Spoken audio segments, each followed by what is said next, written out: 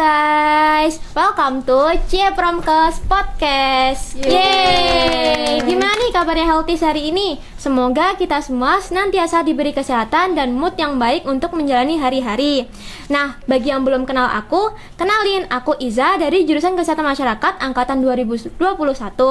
Nah, di episode kali ini selama 20 menit ke depan, aku nggak sendirian nih, aku ditemenin sama dua orang teman aku dari jurusan Kesehatan Masyarakat Unsud Angkatan 2021 juga, yang sekarang udah ada di sini menemani kita untuk sharing-sharing bareng kita semua mengenai topik yang sangat menarik dan sangat informatif tentunya.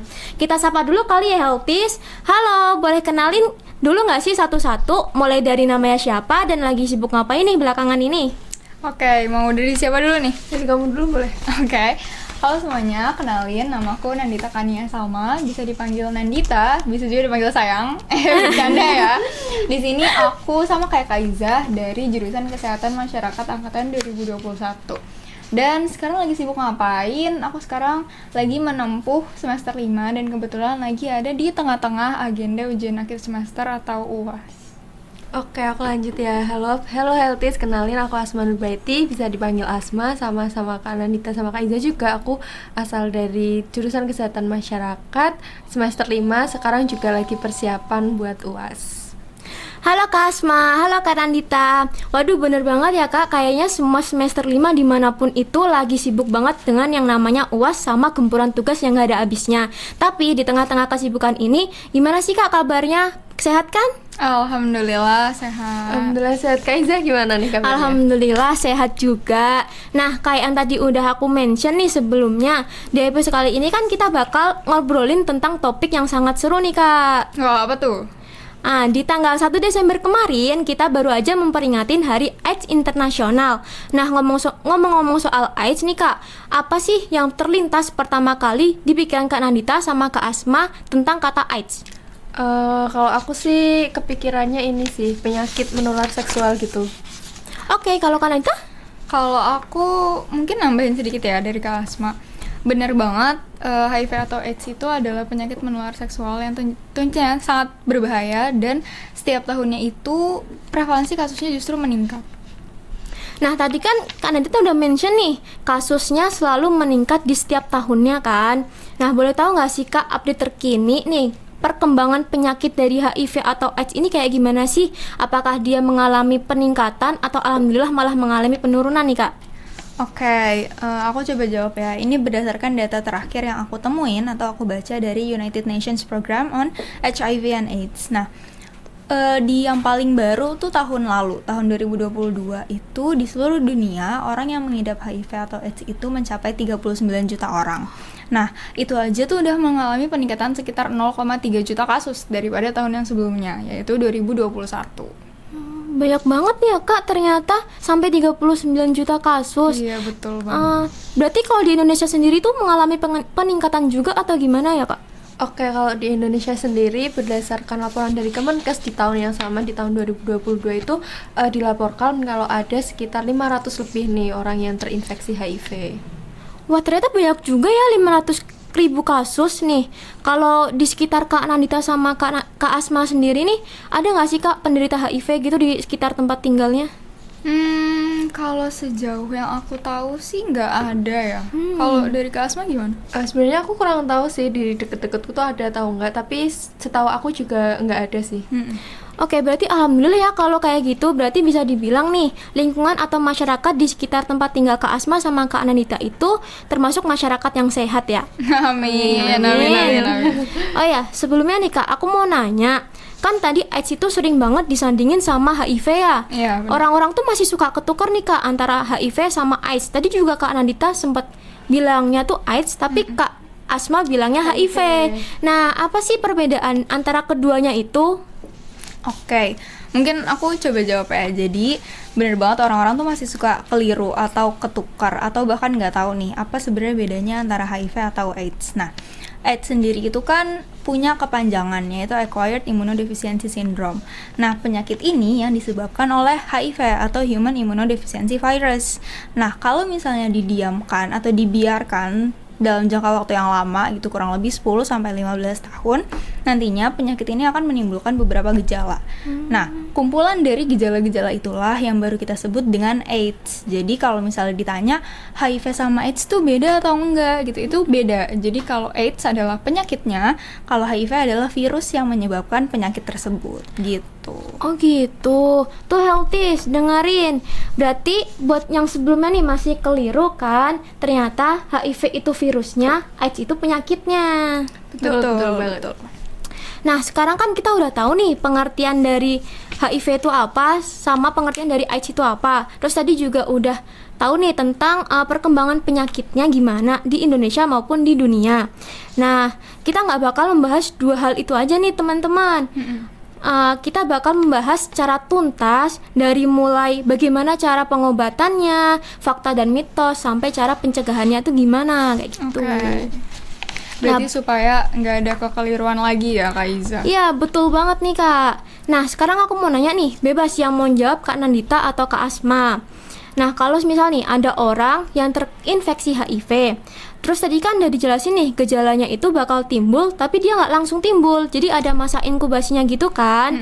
Betul. Nah, kapan sih seseorang yang udah terinfeksi HIV itu bakal menimbulkan gejala? Terus gejalanya itu apa aja gitu? Oke, jadi benar banget ya kalau misalnya orang-orang yang terinfeksi HIV itu emang gejalanya tuh nggak langsung muncul gitu loh.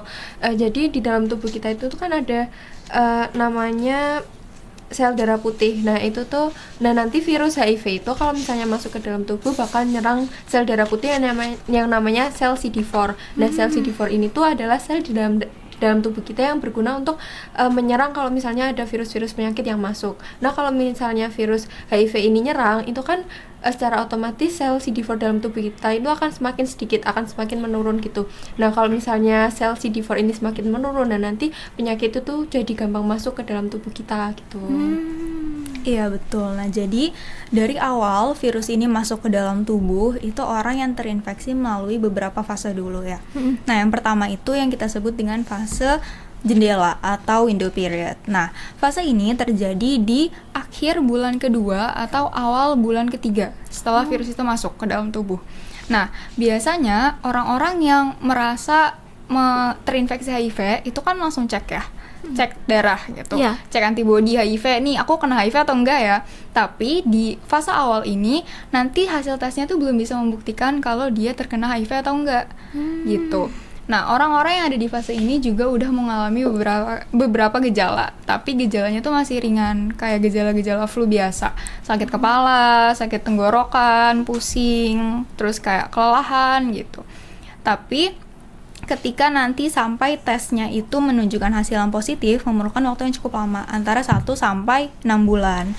Nah, di masa ini juga orang yang terinfeksi HIV itu walaupun baru gejalanya ringan, terus tesnya juga masih menunjukkan hasil yang negatif, tapi mereka tuh udah bisa nularin ke orang lain gitu. Jadi tetap perlu hati-hati.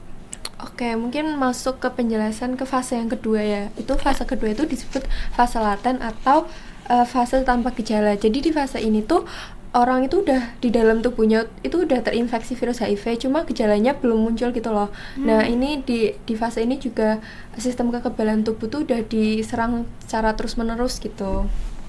Nah terus di fase ini juga biasanya bertahan 10-15 tahun kalau misalnya penderita ini nggak sadar atau nggak segera diobati. Nah ini yang bisa berbahaya dan nantinya itu bisa ke AIDS gitu. Oh gitu, berarti fase laten ini bahaya banget ya Kak. Karena kan mayoritas penderita itu secara diagnosis mungkin udah masuk nih ke fase kedua ini, tapi dia tuh nggak sadar kalau sebenarnya mereka udah terinfeksi HIV. Soalnya tadi di fase awal kan gejala yang muncul juga mirip sama flu kan. Betul. Terus mungkin itu juga bakal disepelein nih sama mereka, terus nggak sampai mikir kalau mereka itu ternyata udah terinfeksi HIV gitu. Iya, aku setuju, dan menurutku ini juga yang bikin penderita HIV dan mungkin di seluruh dunia ya nggak dapat pengobatan segera, karena pertama benar mereka kayak nyepelein atau nganggep gejala-gejala yang timbul juga masih biasa, masih bisa disembuhin sendiri gitu. Jadi mereka nggak bakal kepikiran nih kalau mereka tuh udah menderita HIV atau di dalam tubuhnya sebenarnya udah ada virus HIV gitu. Jadi mereka nggak langsung melakukan pengobatan segera. Iya betul, setuju banget nih Kak. Oke, terus lanjut ya ke fase yang ketiga. Fase yang ketiga ini namanya fase ARC atau AIDS Related Complex. Nah, di fase ini tuh penderita udah nunjukin gejala-gejala awal gitu loh. Gejalanya apa aja? Gejalanya itu ada diare, terus ada penurunan berat badan, ada pembengkakan kelenjar getah bening, terus orang-orang itu jadi gampang capek, terus ada masalah di kulit gitu. Terus sistem kekebalan tubuh di fase ini tuh udah bener-bener lemah, udah bener-bener diserang terus-menerus gitu.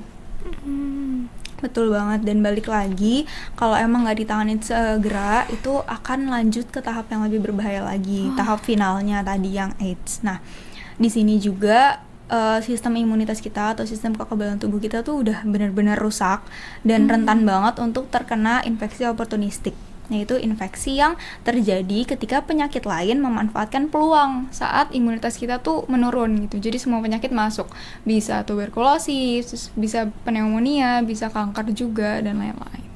Wah, aku sampai merinding tau nih Kak dengernya, seserem itu ternyata ya Kak. Iya.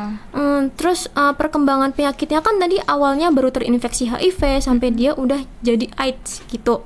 Nah, tapi berarti nih nggak semua orang yang terinfeksi HIV itu dia pasti kena AIDS kan ya Kak, selagi mereka bisa mengobatinya dengan cepat gitu. Betul. Kayak betul banget ya yang dibilang tadi. Terus juga intinya kalau misalnya udah terinfeksi HIV itu obat antiretroviralnya tuh harus rajin diminum gitu loh, supaya penyakitnya itu nggak semakin parah, terus juga nggak menimbulkan komplikasi.